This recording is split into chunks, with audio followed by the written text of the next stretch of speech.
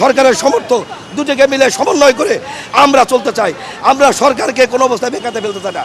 মাননীয় প্রধানমন্ত্রী, শিক্ষামন্ত্রীকে ধন্যবাদ, অর্থমন্ত্রীকে ধন্যবাদ জানাই একটি কারণে, শিক্ষায় সর্বোচ্চ বাজেট রাখা হয়েছে।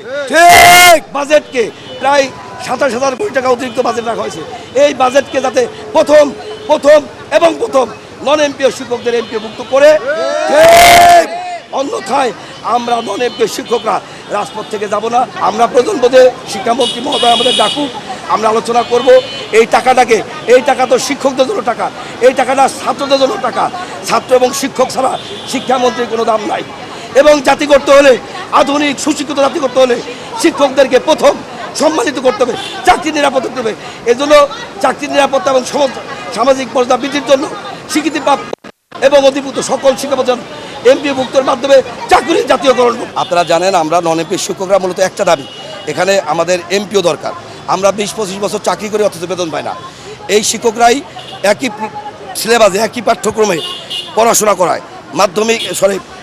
এমপিভুক্ত শিক্ষক, সরকারি শিক্ষক, নন এমপিও শিক্ষক সবাই একই সিলেবাসে পাঠদান করে, একই শিক্ষা বোর্ডে পরীক্ষা দেয়।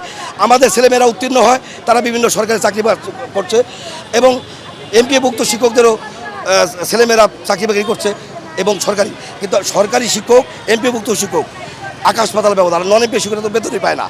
আমরা চাচ্ছি আমাদের শ্রমের অধিকার। আমরা যে 20-25 বছর চাকরি করি, বিশেষ করে বিগত ফ্যাসিবাদ সরকার, বিএনপি সরকারের সময় যে প্রতিষ্ঠানগুলো প্রতিষ্ঠিত হয়েছিল, সেই প্রতিষ্ঠানকে বেছে বেছে রাজনৈতিক কারণে বাদ দিয়েছে এবং তাদের নাম সর্বস্ব প্রতিষ্ঠান মুজিব পরিবারের নামে বা আওয়ামী পরিবারের নামে যে প্রতিষ্ঠানগুলো তারা এমপিও করেছে। আমরা চাই বর্তমান সরকার, গণতান্ত্রিক সরকার, আমাদের এই সরকার আমাদের শিক্ষকদের দাবি এমপিওভুক্ত।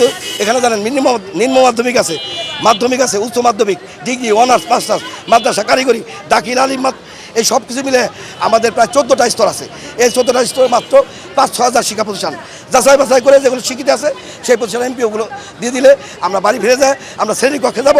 আমরা জাতি করার জন্য আমরা বিগত দিনে আমাদের মেধাশ্রমকে বিনিয়োগ করেছি, আগামীতে করব। আপনারা জানেন শিক্ষকদের পেটে ভাত না থাকলে কীভাবে তারা মেধাবী